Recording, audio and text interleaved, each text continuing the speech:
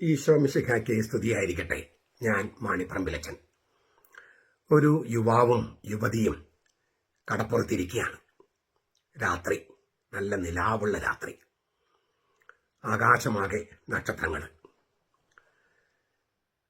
ആ യുവതി ഒരു നക്ഷത്രത്തെ ചൂണ്ടിക്കാണിച്ചുകൊണ്ട് യുവാവിനോട് ചോദിച്ചു, ആ കാണുന്ന നക്ഷത്രത്തിലേക്ക് എത്ര ദൂരം വരും?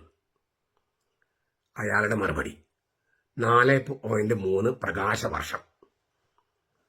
ഒരു സെക്കൻഡിൽ പ്രകാശം സഞ്ചരിക്കുന്നത് 3 ലക്ഷം കിലോമീറ്ററാണ് ഏകദേശം. അപ്പോൾ ആ നക്ഷത്രത്തിലേക്ക് 4.3 പ്രകാശവർഷം.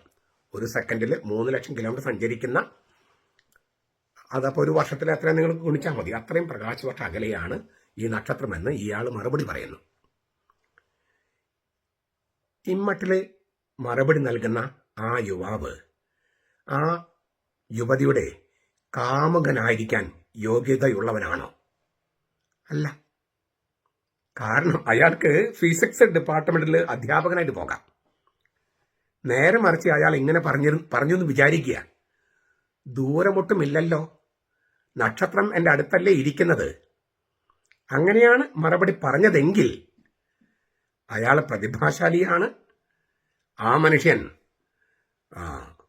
ആ യുവതിയുടെ കാമുകനായിരിക്കാൻ, പ്രണയിക്കാൻ കൊള്ളാവുന്നവനാണ് എന്ന് നമ്മൾ അഭിപ്രായപ്പെടും.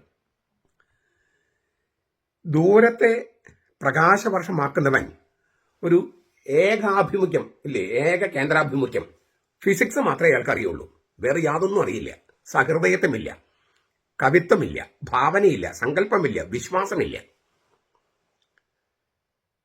ഈ മനുഷ്യന് ഒരു കേന്ദ്രമുണ്ട്. അതൊരു ഇങ്ങനെ ഇതിൽ ഫിസിക്സ് മാത്രമല്ല, സൗന്ദര്യമുണ്ട്, പ്രണയമുണ്ട്, സ്നേഹമുണ്ട്. ഫിസിക്സ് മാത്രം കാണുന്ന ഒരു ഏക കേന്ദ്രം. അയാൾക്ക് മാനുഷിക ബന്ധങ്ങൾ സാധ്യമല്ല, പ്രണയം സാധ്യമല്ല, സ്നേഹം സാധ്യമല്ല, വിശ്വാസം സാധ്യമല്ല. അയാൾക്ക് ഞാൻ എന്താണ് ഈ പറഞ്ഞു വരുന്നത് മനസ്സിലായോ? ഈ ദൂരത്തെ ഹനിച്ചു കളഞ്ഞില്ലേ, ഈ ഇല്ലാണ്ടാക്കിയില്ലേ, ദൂരമൊട്ടുമില്ലല്ലോ, നക്ഷത്രം എൻ്റെ അടുത്തല്ലേ ഇരിക്കുന്നത്.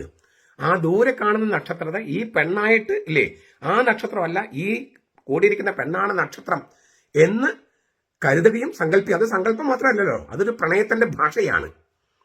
എന്തിനാണ് ഞാൻ ഇത്രയും പറഞ്ഞത്? നമ്മൾ ക്രിസ്തുധർമ്മം ഒരു ചരിത്ര മതമാണ്. ചരിത്രത്തിലെ ഒരാളിലാണ്, ചരിത്രത്തിലെ ഒരു സംഭവത്തിലാണ് ദൈവം മനുഷ്യൻ ഭൂമിയിൽ വസിച്ചു. ആ സംഭവത്തിലാണ് ക്രിസ്തുധർമ്മം ഉടലെടുത്തത്. ആ സംഭവത്തിലേക്ക്, അത് ചരിത്രത്തിൽ കാലദേശങ്ങൾക്കുള്ളിൽ സമയത്തിലും ദേശത്തിലും സംഭവിച്ചതാണ്. ആ സംഭവത്തിലേക്ക് നോക്കുന്നതിനെയാണ് ദൈവോന്മുഖം, കിഴക്കോട്ട് നോക്കല് എന്നൊക്കെ നമ്മൾ പറയുമ്പോൾ എറണാകുളത്തെ കുറച്ച് പേര് പറയും, കിഴക്കുണ്ടോ, പടിഞ്ഞാറുണ്ടോ, വടക്കുണ്ടോ, തെക്കുണ്ടോ, ദൈവം എല്ലായിടത്തും ഇല്ലേ. ഇങ്ങനെ ഫിസിക്സിന്റെ ഭാഷ പറയും, ഭൗതിക ശാസ്ത്രത്തിന്റെ ഭാഷ പറയും. തീർച്ചയായിട്ടും അവർക്ക് ശാസ്ത്രം പഠിപ്പിക്കാൻ പള്ളിക്കൂടത്തിൽ പോകാം. പക്ഷേ ദൈവവുമായുള്ള പ്രണയമായ ലിറ്ററേച്ചറിൽ പങ്കെടുക്കാൻ അവർക്ക് കഴിയില്ല. കാരണം അവർക്ക് വിശ്വാസമില്ല, കവിത്വമില്ല, പ്രണയമില്ല, സ്നേഹമില്ല. സ്നേഹത്തിന്റെ ഭാഷ ഫിസിക്സിന്റെ ഭാഷയല്ല, പ്രണയത്തിന്റെ ഭാഷ ഫിസിക്സിന്റെ ഭാഷയല്ല. അവിടെ ഇല്ലേ, അങ്ങ് ദൂരെ ഉള്ളവൻ ഇപ്പൊ ഇവിടെ ദൈവം, അവൻ സ്വർഗസ്ഥനായ ഞങ്ങളുടെ പിതാവ്, അവൻ ഇമ്മാനുവേൽ ഇവിടെയാണ്, ഇപ്പോ ആണ്, നമ്മുടെ ഉള്ളിലാണ്. ഈ ഒരു അവസ്ഥയിലേക്ക് വരുന്നത് പ്രണയത്തിന്റെ ഭാഷയിലാണ്. ഫിസിക്സിന്റെ ഭാഷ സംസാരിച്ചതൊന്നും നടക്കില്ല. അപ്പം ഫിസിക്സ് മാത്രമാണ് ശരി, ഭൗതികശാസ്ത്രം മാത്രമാണ് ശരി എന്ന് വിചാരിക്കുന്നവന് പള്ളിക്കൂടത്തിലാകാം, പള്ളിയിൽ വരാൻ പറ്റില്ല. കാരണം പള്ളിയിൽ നടക്കുന്നത് ഒരു ദിവ്യ പ്രണയമാണ്.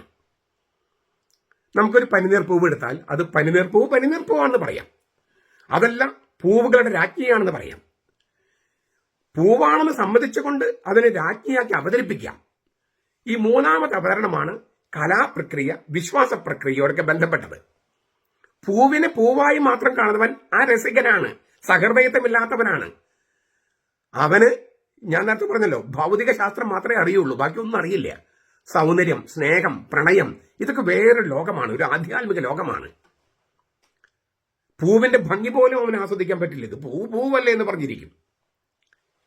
ജീവിതത്തിന്റെ ഓരോ നിമിഷത്തിലും പ്രൗഢതയുണ്ട്, സമ്പന്നതയുണ്ട്. അതിന് സാകല്യാവസ്ഥയിലും മനോഹാരിതയുണ്ട്. അതായത് ഓരോ ചെറിയ സംഗതിയിലും പിന്നെ അതിന് മൊത്തത്തിലും രണ്ടിലും മനോഹാരിത കാണാൻ, പ്രൗഢത കാണാൻ, സമ്പന്നത കാണാൻ അങ്ങനെ കഴിയുന്നവർക്കേ പ്രണയത്തിന്റെ ഭാഷ, ലിറ്റററിയുടെ ഭാഷ, ദൈവശാസ്ത്രത്തിന്റെ ഭാഷ മനസ്സിലാകൂ. അല്ലെങ്കിൽ ഈ വിശ്വാസത്തിലേക്ക് എല്ലാം ഭൗതികശാസ്ത്രം കൊണ്ടുവരും. ഭൗതികശാസ്ത്രം കൊണ്ടുവരേണ്ടതെന്ന് ഞാൻ പറഞ്ഞില്ല. ശാസ്ത്രവും ദൈവശാസ്ത്രവും ഒന്നിക്കുന്ന ഒരേ ഒരു ദിശ കിഴക്കാണെന്ന് ഞാൻ എപ്പോഴും പറയണേ. സൂര്യൻ കിഴക്കുദിക്കുന്നു. അപ്പൊ ചോദിക്കും, സൂര്യൻ ഉദിക്കുന്നുണ്ടോ? ഉദിക്കുന്നില്ലേ? ഉദിക്കുന്നില്ലെങ്കിൽ നിങ്ങൾക്ക് ഓക്സിജൻ എങ്ങനെ കിട്ടും? രാത്രി എങ്ങനെ ഉണ്ടാകും? നിങ്ങൾ എങ്ങനെ ഉറങ്ങും? അപ്പൊ ഭൂമിയിലുള്ളവർക്ക് സൂര്യൻ ഉദിക്കുകയും ചെയ്യുന്നുണ്ട്, അസ്തമിക്കുകയും ചെയ്യുന്നുണ്ട്. അപ്പൊ ഒരു ഒരാൾ എഴുതിയിരിക്കുകയാണ് ചന്ദ്രനില് എന്തൊരു കാര്യം എന്റെ കമന്റിൽ ഞാൻ ഈ ശാസ്ത്രം പറഞ്ഞപ്പോ, ദൈവം മനുഷ്യനായി ചന്ദ്രനിലാണ് പോയത്, അത് ഭൂമിയിലോ? നമ്മൾ ഭൂമിയിലെ കാര്യം പറയുമ്പോൾ അവർ ചന്ദ്രനിലെ കാര്യം പറയും, ചന്ദ്രനിലെ കാര്യം പറയുമ്പോൾ അവർ സൂര്യനിലെ കാര്യം പറയും. എന്നിട്ട് ഈ ഞാൻ പറഞ്ഞ വിശ്വാസത്തിന്റെയും സ്നേഹത്തിന്റെയും പ്രണയത്തിന്റെയും ഭാഷ അവർക്കത് മനസ്സിലാകില്ല. കാരണം അവർക്ക് വിശ്വാസമില്ല, സ്നേഹമില്ല, പ്രണയമില്ല, സഭയോട് കൂറില്ല. ഈ രണ്ടുപേരുടെ വിവാഹം കഴിഞ്ഞു. രാത്രി മരങ്ങൾക്ക് താഴെ ഇലകളിലൂടെ ഇങ്ങനെ കടന്നു വരുന്ന നിലാവ് ചെറിയ തുണ്ടുകളായി നിലത്ത് ചിതറിക്കിടക്കുക. നിങ്ങളൊന്ന് ഊഹിച്ചു നോക്കിയേ. രാത്രി മരങ്ങൾക്ക് താഴെ ഇങ്ങനെ ഇരിക്കുമ്പോൾ ഇലകളിലൂടെ കടന്നു വരുന്ന ചെറിയ നിലാവില്ലേ, അത് ചെറിയ തുണ്ടുകളെ നിലത്ത് കിടക്കുക. നമ്മൾ നോക്കുമ്പോൾ ചിലപ്പോൾ പൂക്കളെ പോലെയാണ് തോന്നും. പൂക്കളെ പോലെയാണ് നമുക്ക് അനുഭവപ്പെടുന്ന, പൂക്കളെ പോലെയാണ്. അയ്യോ ഇത് പൂക്കളൊന്നുമല്ല, ഇത് നിലാവ് വെറുതെ ഇങ്ങനെ കിടക്കുന്നതാണ്, നിനക്ക് തോന്നുന്നതാണ്, മായയാണ് എന്നൊക്കെ പറഞ്ഞിട്ട് അങ്ങനെ പറയുന്നവൻ അരസികനാണ്. മറിച്ച് നമ്മളിങ്ങനെ വിരല് കൊണ്ട് അവയെ അടർത്തിയെടുത്ത് ഭാര്യയുടെ തലമുടിയിൽ ഇങ്ങനെ ചൂടിക്കാമെന്ന് ഭർത്താവ് പറയുമ്പോൾ അതാണ് അനന്തമായ കാലത്തിലെ തേജോമയമായ ഒരു ബിന്ദുവെന്ന് കുമാരസംഭവത്തില് കാളിദാസൻ എഴുതിയിരിക്കുന്നതാണ്. അനന്തമായ കാലത്തിലെ തേജോമയമായ ഒരു ബിന്ദുവാണത്. അതായത് ഈ നിലാവ് വീണ് പൂക്കള് പോലെ ചിതറിക്കിടക്കുന്ന ആ നിലാവ് അതിങ്ങനെ വിരല് കൊണ്ട് ഉയർത്തിയെടുത്ത് ഭാര്യയുടെ തലമുടിയിൽ ചൂടിക്കാമെന്ന് ഭർത്താവ് പറയുകയാണ്. അതൊരു സങ്കല്പമാണ്. പക്ഷെ അതിലൂടെ പങ്കുവെക്കപ്പെടുന്നത് പ്രണയമാണ്, സ്നേഹമാണ്. അയ്യേ ഇതെന്തോന്നാ കാണിക്കുന്നേ, അത് പൂവൊന്നുമല്ല, നിങ്ങൾക്ക് തോന്നുന്നതാണ്, മായയാണ് എന്നൊക്കെ പറഞ്ഞാൽ അതിനർത്ഥം അവിടെ പ്രണയമില്ല, സ്നേഹമില്ല, ഈ കവിഭാവനയില്ല, സങ്കല്പമില്ല, വിശ്വാസമില്ല. ഈ ഫിസിക്സിന്റെ ഭാഷ ഒഴിച്ച് ബാക്കി ഒന്നും അറിയില്ല. ഇതിനേക്കാൾ അരസികരായിട്ട് ലോകത്ത് ആരും ഉണ്ടാകില്ല. ഭൗതിക ലോകത്തായിരിക്കുമ്പോഴും ഭൗതിക ലോകത്തിന് അതീതമായി സ്വർഗീയ അനുഭൂതി പ്രദാനം ചെയ്യുന്നതാണ് കൂദാശകൾ. ഭൗതിക ലോകത്തായിരിക്കുമ്പോഴും ഭൗതിക ലോകത്തിന്റെ വസ്തുക്കൾ ഉപയോഗിച്ച് സ്വർഗീയ അനുഭൂതി നൽകത്തക്ക വിധം പരിശുദ്ധാത്മാവ് ഇറങ്ങി വന്ന് അവയെ സ്വർഗീയ യാഥാർത്ഥ്യങ്ങളായി മാറ്റി നമ്മളെ ആ സ്വർഗീയ അനുഭൂതിയിലേക്ക് ഉയർത്തുന്നതാണ്, ആ പ്രണയബന്ധമാണ്, ആ സ്നേഹബന്ധമാണ് കൂദാശകൾ. അത് ഒരിക്കലും കാവ്യസങ്കല്പം മാത്രമല്ല. പക്ഷേ കാവ്യാനുഭൂതിയും സൗന്ദര്യ ആസ്വാദനവും ഇല്ലെങ്കിൽ ഈ ലിറ്റർജിയിലെ പ്രണയം, ലിറ്റർജിയിലെ സ്നേഹം അത് അനുഭവിക്കാൻ കഴിയില്ല.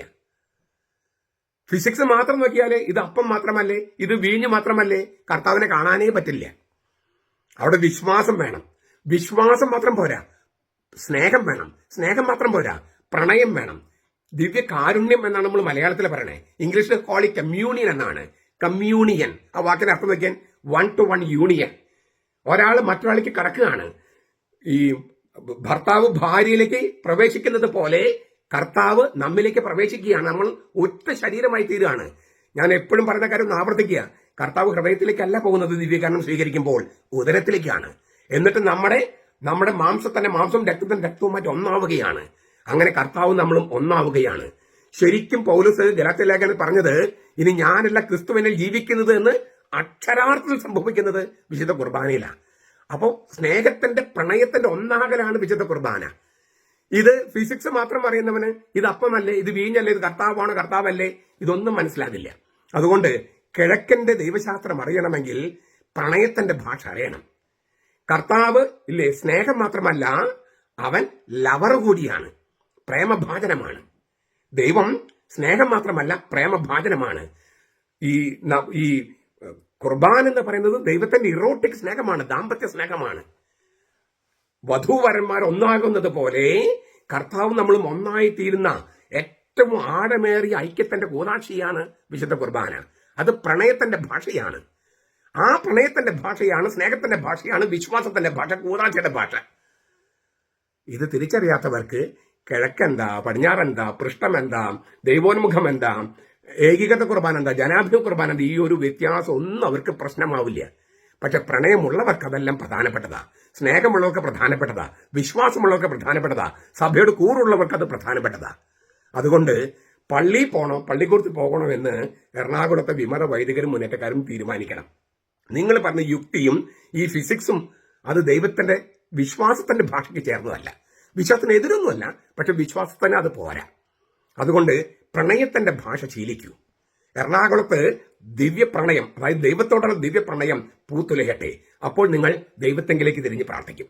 ഇല്ലെങ്കിൽ നിങ്ങളുടെ ഈ മുഖത്തേക്ക് മുഖം നോക്കുന്ന ചെറിയ സ്നേഹം, അതായത് ദൈവസ്നേഹമില്ലാത്ത ചെറിയ സ്നേഹമായിട്ട് ചുരുങ്ങിപ്പോകും. അങ്ങനെ ചുരുങ്ങി പോകാതിരിക്കട്ടെ. ദിവ്യപ്രണയത്താൽ പൂത്തുലയട്ടെ. ദൈവത്തോടുള്ള ദിവ്യപ്രണയത്താൽ പൂത്തുലയട്ടെ എറണാകുളം അങ്കമാലി അതിരൂപത. നമ്മുടെ കർത്താവ് ഈശോ മിശിഹായുടെ കൃപയും പിതാവായ ദൈവത്തിന്റെ സ്നേഹവും പരിശുദ്ധാത്മാവിന്റെ സഹവാസവും നാം എല്ലാവരോടും കൂടി ഉണ്ടായിരിക്കട്ടെ, ഇപ്പോഴും എപ്പോഴും എന്നേക്കും. ആമേൻ.